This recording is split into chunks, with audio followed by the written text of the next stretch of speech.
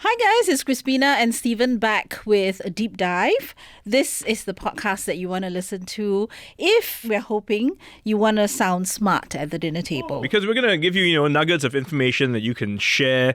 We often throw a different perspective on issues that we talk about every day. In fact, last week we got the ball rolling with our discussion about why Singaporeans aren't really having kids. In last week's episode, our guest was Dr. Norman Lee. Now, he studies this and he was saying that stress was one of the reasons why people don't really have kids. Stress. Okay, stress leads to less time for yourself, so less sex, and therefore, I guess, less children overall. If you want the full story, just check out last week's podcast for the lowdown.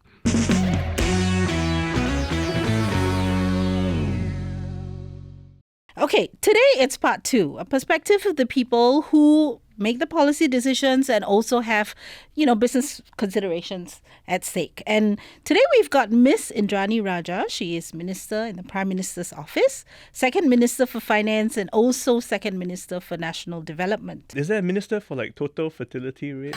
Something new? It comes under PMO, Marriage and Parenthood and Population. It sounds like a more exciting portfolio, But anyway. Hi everyone, thanks for having me on board. Yeah, she's the one basically tasked with increasing our fertility rate in the country. That's a really tough KPI, I have to say. Yeah. Okay, also with us, Mr. Mark Lee. He is a nominated Member of Parliament and CEO of Sing Lun Holdings. That's correct. It's an apparel manufacturing company and a family business. Mark just told us that he is also father of 3 children, 18 to 2. Yeah, that was a requirement to coming on the podcast. Well, thank you for having me. I'm glad I passed the requirements. Welcome to Deep Dive. Thank okay, you. Minister, I'm going to start with you. So the Marriage and Parenthood package was introduced in 2001. That's a long time ago. The quantums have jumped quite a bit, and yet TFR remains low. In fact, it was record low this year, right? So some would say, you know what, the ROI isn't great on this. It's a tough one to crack.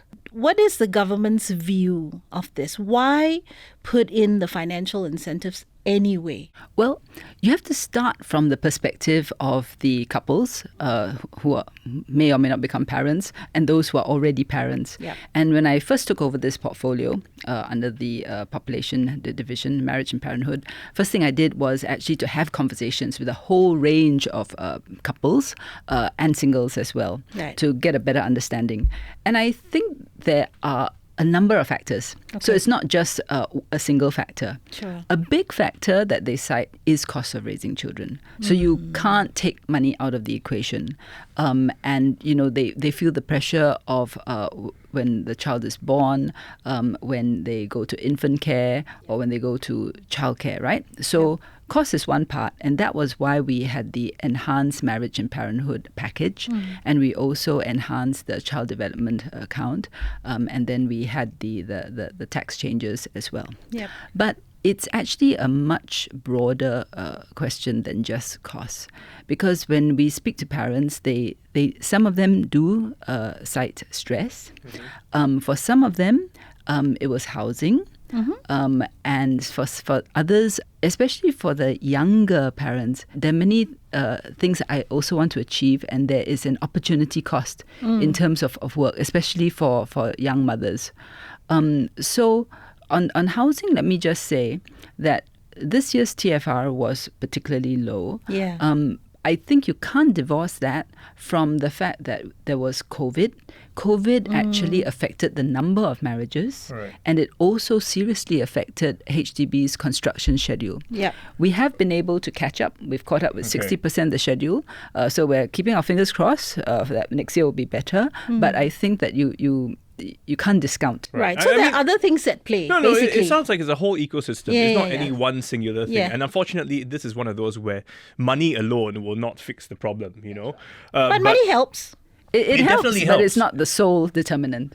It's funny, I would have thought during the pandemic we would have had more babies coming out of it because, you're stuck at home, right? I don't know, maybe, Mark, did that happen for you? Well, that's where my 2-year-old actually came into play. Essentially, Okay. my friend was opening a new hotel. He Right. wanted us to test it out. And Okay. it was an extremely good experience. That's all I have to say. Sure, sounds like it. You bring new meaning to the term test, But housing, as you've just mentioned, is a big issue, and people have said they've had to wait a long time for a flat. If you don't have a home, you kind of don't feel like you want to start a family, right? So the good news on that front is that HDB has been catching up on its schedule.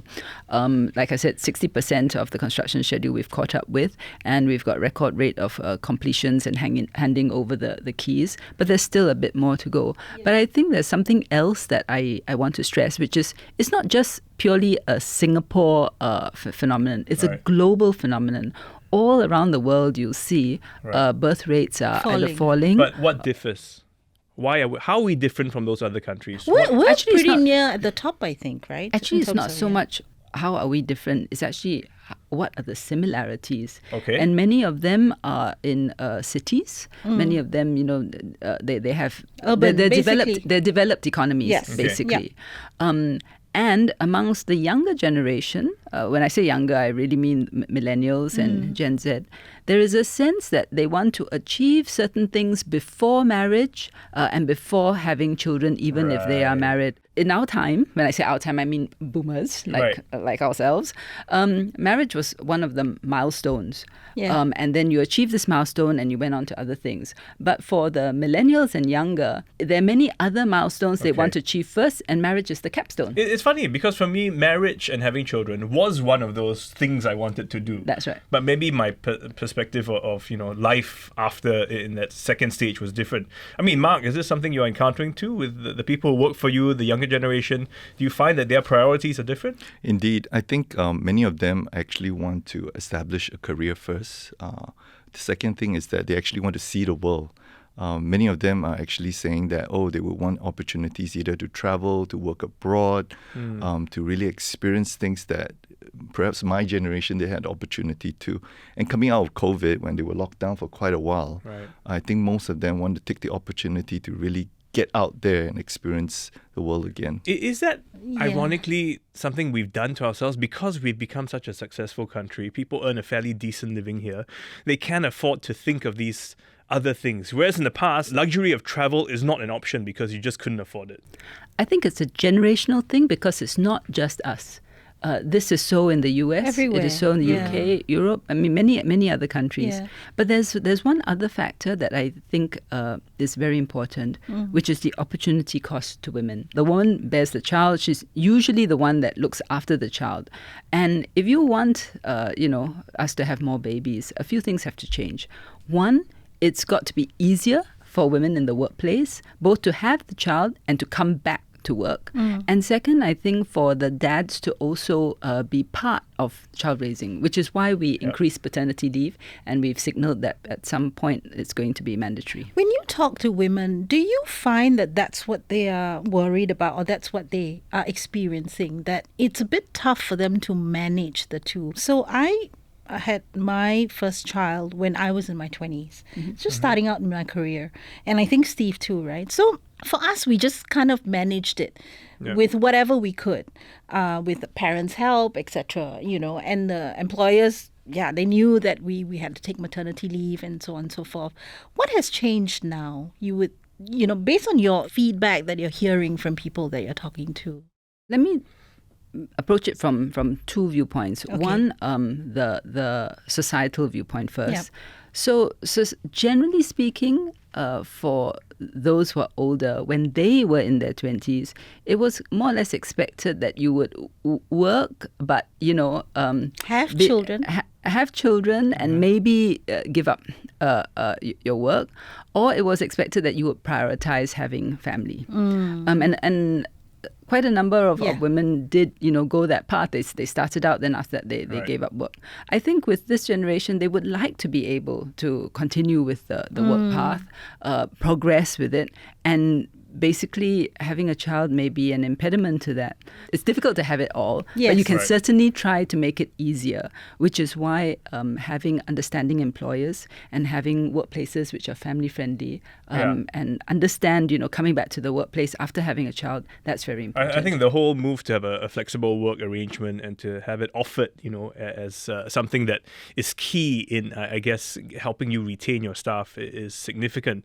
I mean, Mark, is that something, again, with an organization like yours? I mean, how often does this question of flexibility at work come up? I think women are given more opportunities today to progress.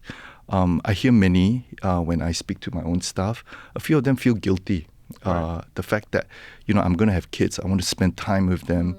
And they actually want to find a supportive spouse.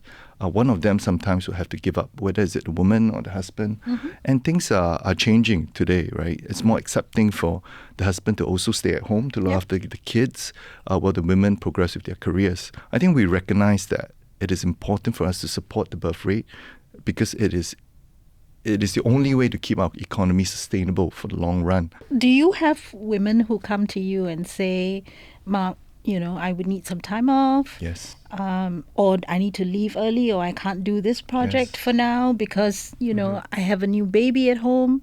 So what, not just ourselves, but as a whole, I see many progressive companies now. First, they allow the child, the parent of a young child to actually go home earlier. That's one. Yep.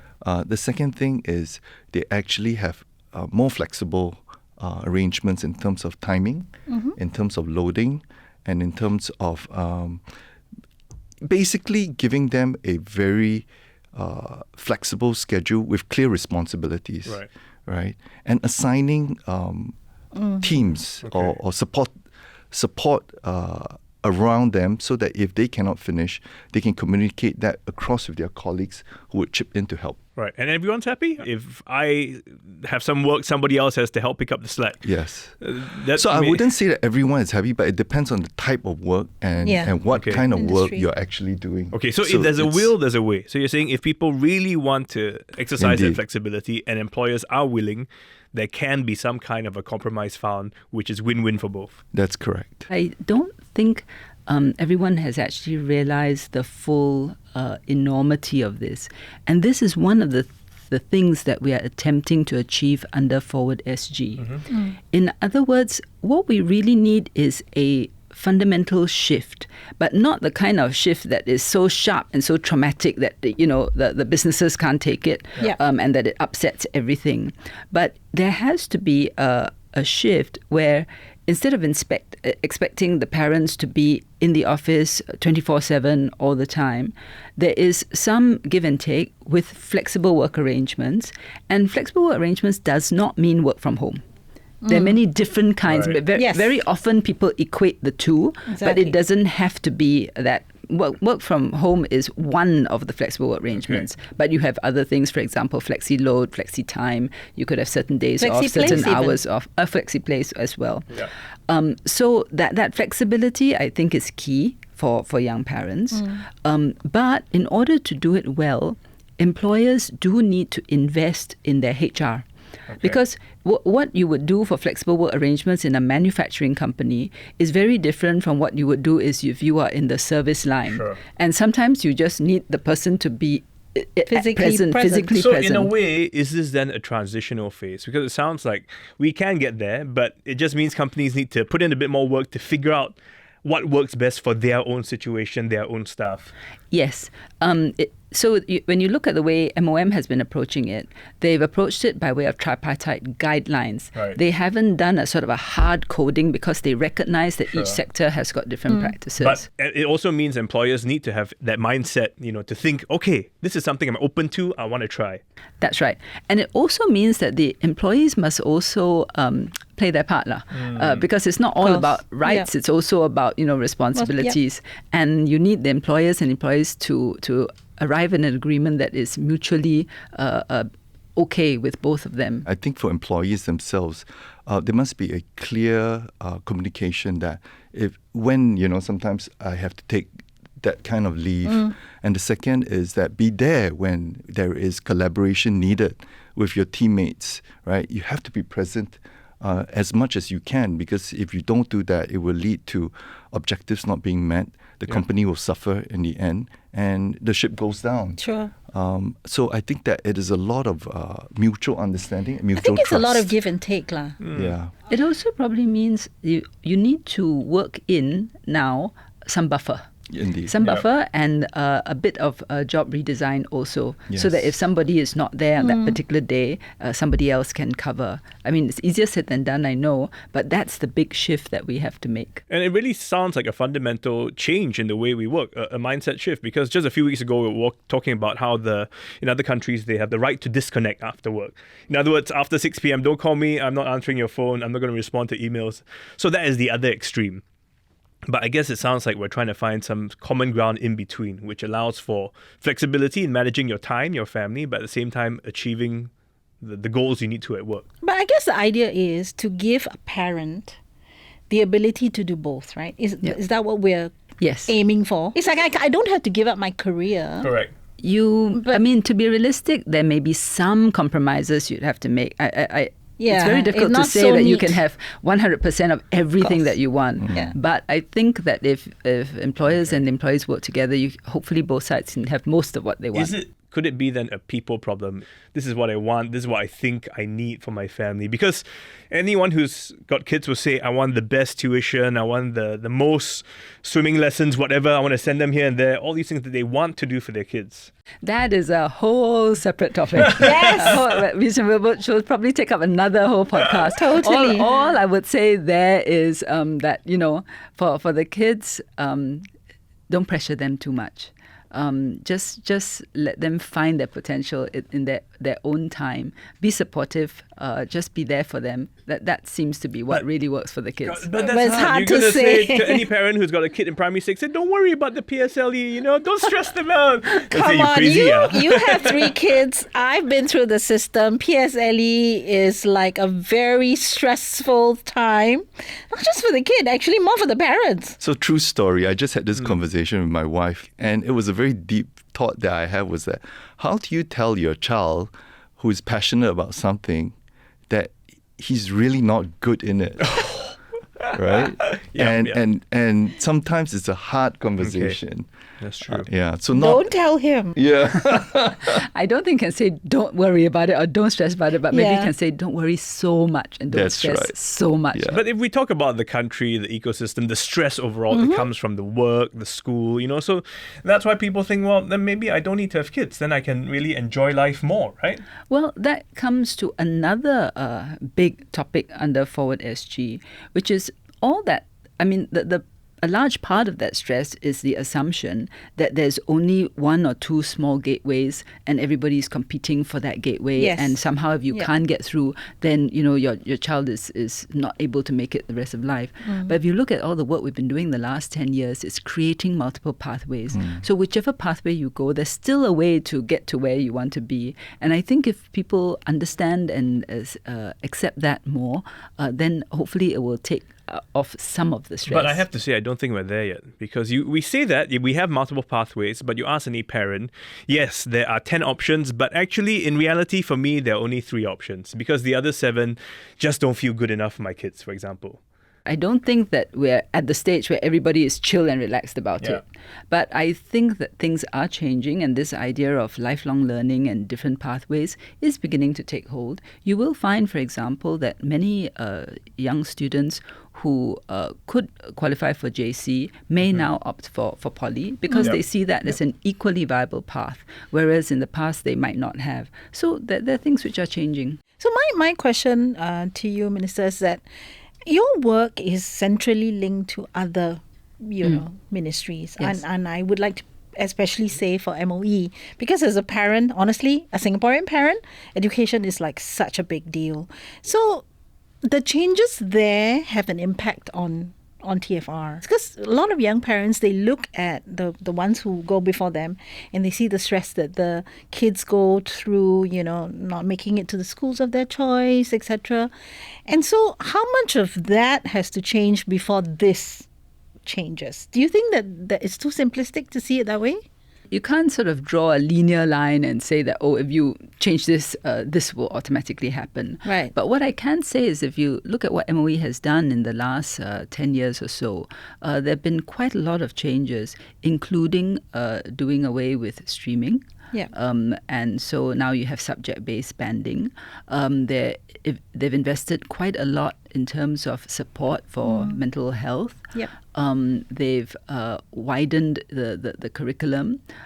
They've tried to make sure that it is not as competitive as before. The ranking of schools done away with. All of these are really steps to try and alleviate some of that compettiveness. Okay, so that would take time, though, right? It'll take some time, but You can see the shifts. You do see it getting. I think parents have noticed the shifts, have taken note of it.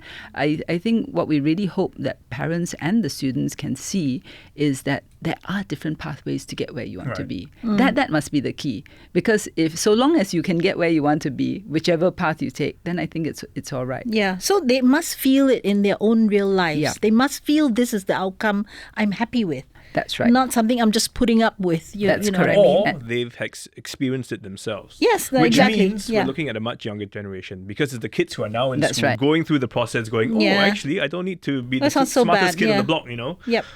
Then when they become parents, they will have a different approach. So in a way, this plan we're not going to see returns in the next few years. Well, we're not quite there yet, Yeah. but hopefully we're on the way. Hopefully. Okay, I want to come back to shifts in attitude. So you Yeah. mentioned this at the start, right? The opportunity cost. And when we spoke to Holly, and a previous guest on the show, she basically said that we cannot control what women think. Factors we cannot control, right? What Okay. women think, what they want to pursue, we cannot control. Yeah. But what we can control is to give out a lot of bonuses, child support. So I think the government is doing all they could to be fair. But then there's also the part that, frankly, I just don't see how the government can really change, which is Harder to what fix with. women want out of their lives. She's saying money is quite an easy fix, and she's very grateful to Yeah. all of the stuff that they have.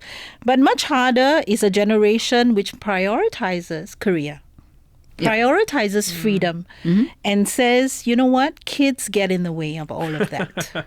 I mean, she's absolutely right. We can't dictate to women what they would like to do. Yeah.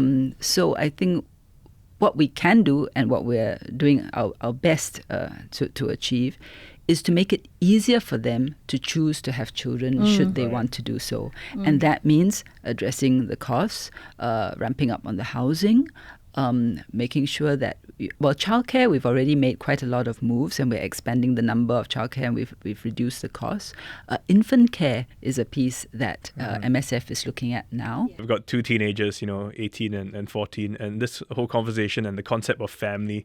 And we've often found that people who have kids usually come from larger families too, families that already had kids. So there's a bit of that cycle that goes on. I mean, Mark, how are you approaching this issue also with your children as well? My first kid, my first boy who's 18, he's actually an IVF baby. Okay. Yeah. Then subsequently, my other two kids are natural. At my time, when we were doing IVF, I think the queues were quite long, and of course, the cost was also quite substantial. I think there was some work being looked at this point in time to help parents who want to have kids to overcome this issue. I think the second thing is infant care is definitely something that she's not even 2 yet. She's only 20 months. Yeah. So we're sending her for care, and it's not cheap. And for sure, I think that there could be more help there to encourage couples to have more children. But I have to say, having a kid when I was in my 20s and now having a kid when I'm 50, Okay. it's a very different experience. I think sure. You don't say. yeah, my last child, I mean Yeah. my girl, I have two boys, and now this is my princess, I have to say. So it was worth it. It was He's already biased. You can hear by calling her a princess. absolutely You can tell worth it. I can say that it's a different timing, a different season Yeah. to enjoy them. All right. I love all my three kids, but it's just a different timing, different season. It does not matter how old you are when you have your child. When you have your child, you will see that it's really full Okay. of joy that brings. But So you you also can- have you the can- experience of two other kids, so yeah, this is for a lot his easier now, right? experience, yeah. That's No, good. but you can. What your point, if I'm correct in saying, is that you can surmount some of the other things, like how costly it is to, Indeed. put a child in infant care. When I'm talking to young people, they want to put their kids in a really good infant care or in a good child care. I'm not saying that there are different qualities. I think in Singapore, I think everyone's in pretty decent quality. But of course, there are some maybe, in There are the definitely neighborhood, different qualities. different Let's just quality. call a spade a In a spade. neighborhood, might be a little bit cheaper, but they don't really want to pick that option. So they still complain about the price. But that's the thing, when you have less children, you want to do the best. That's like just going for the branded school. And then so you just so-called. go for the branded schools or the best, which is expensive. And you can't expect that the government subsidize that choice, right? I mean, do you guys feel that that's also like aspirationally, it's tough to Part deal of it with? is aspirational.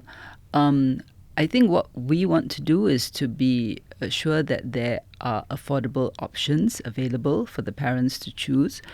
So centre-based infant care is one thing, but as MOS Sun Xueling announced this year at COS, that MSF is also looking at caregivers for infant care. The childminding The service. childminding services, that's right. But there's one other thing that should not be forgotten. The research shows that at the early years, right, you shouldn't be trying to prep your kid for a PhD or to become a astrophysicist. In the early years, it's the social emotional learning Right. that is the most important thing. So that is something that can be achieved in many places.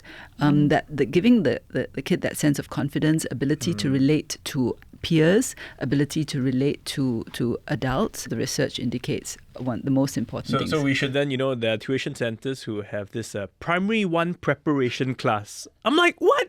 I mean, why? So that already sends the wrong signal. Yeah. And they're drilling the kids with their ABCs and everything just to gear them up. I mean, you have to have some foundation, that's true, but No, the but do you more need important primary one preparation? But the more important thing really is how do they relate to their friends, the kids, other people, Yeah, and, that they grow and up the in values they yeah, imbibe. in a loving environment. Yes. It's kind of like basic, right? Yes. So that's kind of the thing. You want that them we- to grow up with emotional security. Yes, that's very exactly. important from a young age. Yeah. Right. You want them to grow up with people around them, not with the TV, not with the Okay. iPad. You need to have the options available. For every family, they'll have different circumstances, different needs. Yeah. But they need to know that I can tap on this or tap on that to help me sort of, meet my needs. Yes, and this has to be complemented with the flexible work arrangements. Right. Because if your kid suddenly has fever and That's you true. need to take Yep. them down to the polyclinic or whatever, you need to have that time off, but you may not need the whole day off. Or you may need to have the opportunity to work from home because then you can just watch Right. over your child when they're not well. Yeah. So it's a supportive team at work as well. So you can see all these things need to work together. And that's yeah. why I say it's a shift, quite a fundamental shift. You can throw in a family COE. That's often been debated. If I have more than 3 A kids, free I car. get a discounted COE. So, Yeah, why because not? the car becomes more Why not? essential. A free okay, car. I've given my idea already. I will relay that to Hong Tat. Okay, by way of closing, so the question is, so now what, right? I sometimes wonder, like your team, do they feel discouraged when they see the TFR falling, because there's so much work. And as you said, so many levers to work with? I'll put it this way. We certainly don't feel discouraged. It just makes us more determined than ever. We want to make Singapore the best place for people to have children, the best place to raise your kids, best place to have babies. For that to work, though, it has to be a whole of society thing. Yeah. So we really need everybody playing their part. And that includes like co-workers, like if you say that I have to take time off of flexible work arrangements, then you don't give them the evil eye. Just because they need side eye because they have to go off. Yeah. Or if the dad says, I need to take paternity leave, then the supervisors, why? You're not the one having the kid. Right. You really don't want stuff like that. You just basically need a supportive environment. And I think we all work towards that. We should be able to achieve it. What do you think is an ideal scenario? Okay, so I know that, at some point, you do have practical concerns, right? I mean, if it falls below and we're not replacing, we have to top up with new citizens. And that's always tough, right? I mean, it's a hard sell for most people. So what do you think would be your ideal scenario? I think ideal scenario is that we should at least try to achieve replacement rate. Okay. At least at minimum. And we would have to top up with some immigration. Yeah. And the immigration has to be carefully calibrated so that, you don't want to upset things as far as the social balance is concerned. Yeah. And we want people who can contribute to Singapore, but at the same time ensure that Singaporeans have enough good jobs and that they feel that this is a place that's home for them and a place where they want to raise their families. And even new citizens to be committed to the place, right? That's right. To be able to say this is my new home now. Yeah. Absolutely. Yeah. I think at the end of the day, every one of us in business knows that the fight for talent is not just a Singapore phenomenon, right? It's a global phenomenon. Yeah.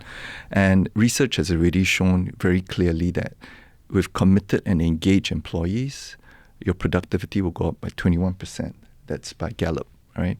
And with committed and engaged employees, you will definitely be more productive and profitable. So it is important for us to actually build a culture of transparency, of integrity, and trust between employees and employers. I think it's very important that the employers be empathetic to the needs, not just to the dreams and hopes of the employees, but also their fears and their concerns. Yeah. But at the same time, the employees must understand that it's very important that they're part of an organization that they are on the same boat with.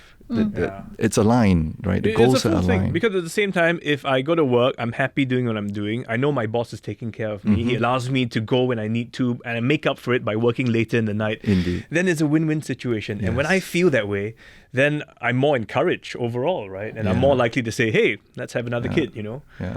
We don't want a burnt-out employee as well. For the employers, one thing I hope that they'll bear in mind, given the way, this generation of workers thinks and feels about this, if you don't have flexible work arrangements, you lose a competitive advantage. And if you do have it, then you will be able to attract, recruit, retain.